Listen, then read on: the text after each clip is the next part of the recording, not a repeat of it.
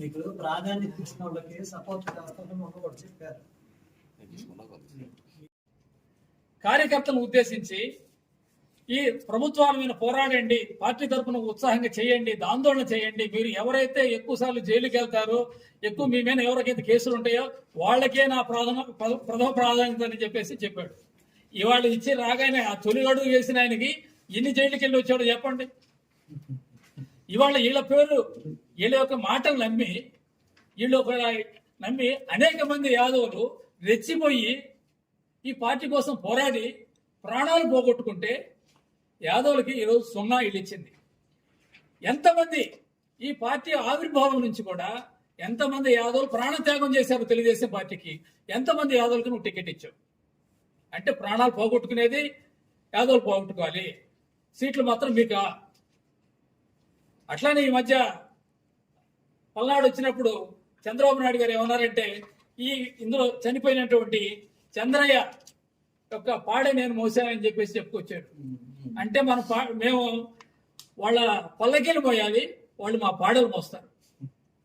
కాబట్టి మేము ఎప్పుడు కూడా పల్లకి అంటే అవకాశం, అదృష్టం యాదవులకు ఉండొద్దా అని చెప్పేసి ప్రశ్నిస్తున్నాం.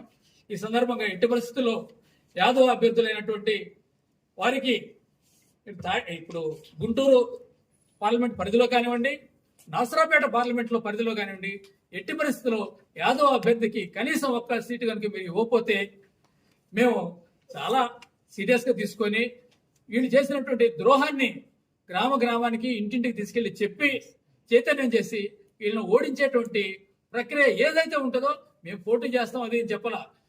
నారా చంద్రబాబు నాయుడు కూడా మొన్న తెలంగాణలో పోటీ చేయకుండా రాజకీయం చేశాడు. అక్కడ మేము చేయగలం, అట్లానే చేస్తాం.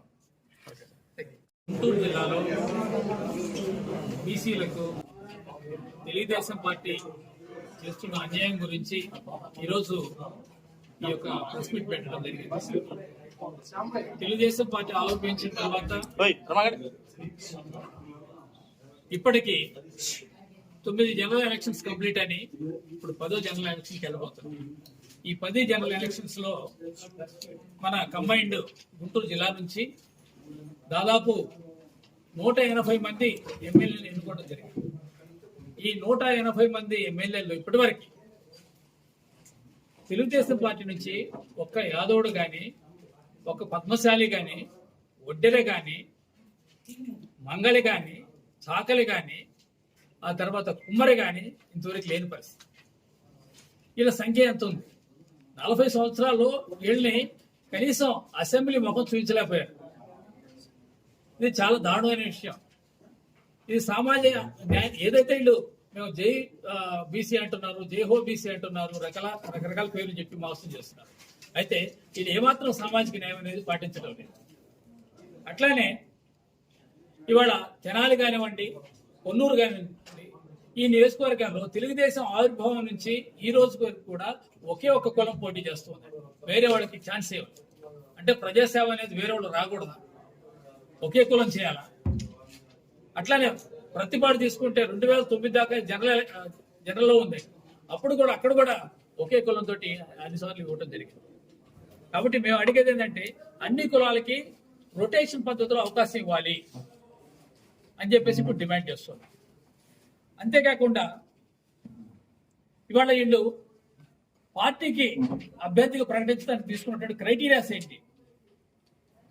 వాళ్ళు ఒక ప్రజాసేవలు చేసి ఉండాలి, లేదా పార్టీలు యాక్టివ్గా చేసి ఉండాలి, పార్టీ కోసం ఆందోళన చేసి ఉండాలి, ప్రజల కోసం ఏదైనా ఆందోళన చేసి ఉండాలి, తెలియ ఉండాలి. కానీ వీళ్ళు ఎవరికి ఇస్తున్నారు?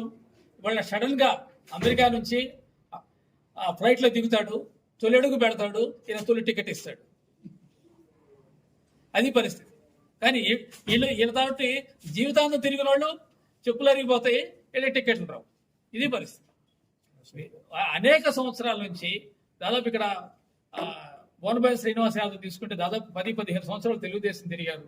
అన్ని పార్టీలో అన్ని పదవులకు వెళ్ళాడు, కానీ చివరికి వచ్చేసరికి టికెట్ ఏనాడు ఇచ్చిన పాపన పోలేదు. అట్లానే వాళ్ళ తాళ వెంకటేష్ యాదవ్ పరిస్థితి అదే ఉంది. వాళ్ళు అట్లానే వాళ్ళ విదేశాల నుంచి వచ్చినటువంటి డాక్టర్ గారికి ఇస్తున్నారు ఎంపీ సీటు. ఇవాళ స్వదేశంలో మన గుంటూరులో పేదల కోసం పనిచేస్తున్నటువంటి శేషయ్య గారికి ఎందుకు ఇవ్వరు? ఆయనకు అర్హత లేదా? పోటీ చేసే అర్హత లేదా? ఆయనకు ఆ నాలెడ్జ్ లేదా? కాబట్టి ఇక్కడ ఉన్న స్థానికులు అయితే మన బాగోగులు పట్టించుకుంటారు. ఈ విదేశాల నుంచి వచ్చిన వాళ్ళు ఎట్లా ఉంటారంటే ఈ తక్కెలవాడు కొంగల్ టైపులో అనమాట. సీజన్లో వస్తారు, ఆ తర్వాత సీజన్ అయిపోగానే విదేశాలు వెళ్ళిపోతారు. ఎన్నికల సమయంలో వస్తారు, 4 సంచులు వేసుకొని వస్తారు, 40 సంచులు చేసుకొని విదేశాలు వెళ్ళిపోతారు. అదే ఇక్కడ ఉన్నట్లయితే ఇక్కడ ప్రజలకు సేవ చేసేటువంటి అవకాశం ఉంటుంది. కాబట్టి ఇక్కడ స్థానికులకి ఇవ్వాల్సినటువంటి అవసరం ఉంది, పార్టీలో పనిచేసినటువంటి వ్యక్తులుగా ఇవ్వాల్సినటువంటి అవసరం ఉంది. కాబట్టి మేము అది కాకుండా అంటే ఇవాళ తీసుకుంటే మంగళగిరి నియోజకవర్గం తీసుకుంటే ప్రధానంగా అక్కడ ఏంటంటే బీసీ కులాలు ఉన్నటువంటి నియోజకవర్గం. పద్మశాలీలు కానివ్వండి, యాదవులు కానివ్వండి, గణనీయ సంఖ్యలో అక్కడ ఉన్నారు. కాబట్టి ఆ సీటు అటు వైసీపీ పద్మశాలీలకు ఇచ్చింది. ఇప్పుడు టీడీపీ మేము అడుగుతున్నాం అంటే యాదవులకి ఇవ్వండి. అప్పుడు పద్మశాలీల మధ్య ఒక బీసీ మధ్య కాంపిటీషన్ ఉంటుంది. అది న్యాయమైనటువంటి పోరాటం, అది న్యాయబద్ధం, అది సోషల్ జస్టిస్ అంటాం, దాన్ని సామాజిక న్యాయం అంటాం. అట్లా కాకుండా ఒక బీసీ క్యాండిడేట్ మీద రాష్ట్రంలో అత్యంత పవర్ఫుల్ వ్యక్తి అయినటువంటి వచ్చి ఆ నారా చంద్రబాబు కుమారుడు అయినటువంటి నారా లోకేష్ గారు వచ్చి ఆయన పోటీ చేయటం అనేది బీసీలని అడగదొక్కడానికి. అదే వ్యక్తి ప్రక్కన ఉన్నటువంటి పొన్నూరు వెళ్ళి పోటీ చేయొచ్చు. పొన్నూరులో 40 సంవత్సరాల నుంచి ఒకే కుటుంబం పోటీ చేస్తూ ఉంది. ఒకే కుటుంబానికి ఇస్తున్నారు, వేరే క్యాస్ట్ కాదు, ఎవరికి ఇచ్చే పరిస్థితులు ఒకే కుటుంబం 40 ఏళ్ల నుంచి చేస్తూ ఉంది.